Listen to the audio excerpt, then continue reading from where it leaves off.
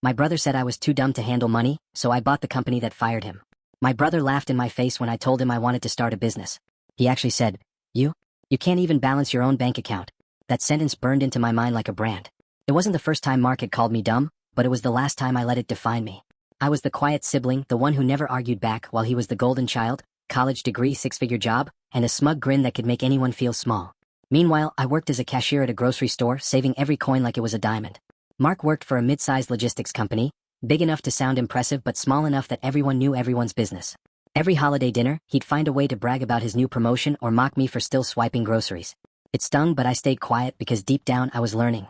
Every shift at that store taught me something about people, how they think, what they value, what they waste money on. And I started seeing patterns, opportunities no one else noticed.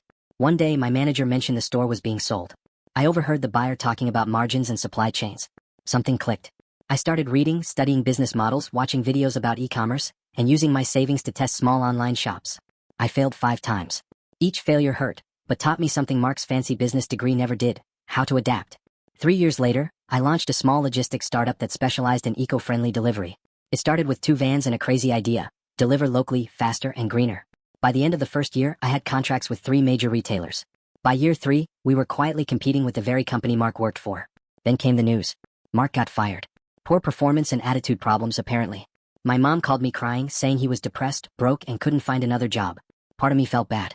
The other part remembered the smirk on his face when he said I'd never handle real money. A few months later, I heard that his old company was in trouble. Mass layoffs, bad leadership, supply chain chaos. And here's the delicious part: they were looking for a buyer. I didn't even hesitate.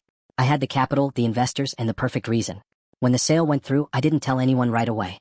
I waited until the company email officially announced the acquisition. Mark texted me that morning. Guess who bought my old company? He wrote. Some private investor, probably clueless. I replied with a screenshot of the press release. Owned by Greenflow Logistics, founder and CEO. My name. He didn't text back for 2 days. When we finally met for coffee, he couldn't look me in the eye. He mumbled something about being surprised and proud of me. I didn't gloat. I just said, "You were right, Mark." I couldn't handle money back then, but I learned. He nodded silently. For the first time, I saw humility in his eyes, and maybe, just maybe, respect. It's funny. People think revenge has to be loud. But the sweetest kind is quiet. The kind where success does all the talking. If someone ever called you too dumb to chase your dreams, what would you do? Prove them wrong or walk away and build something they'd never see coming? Tell me in the comments.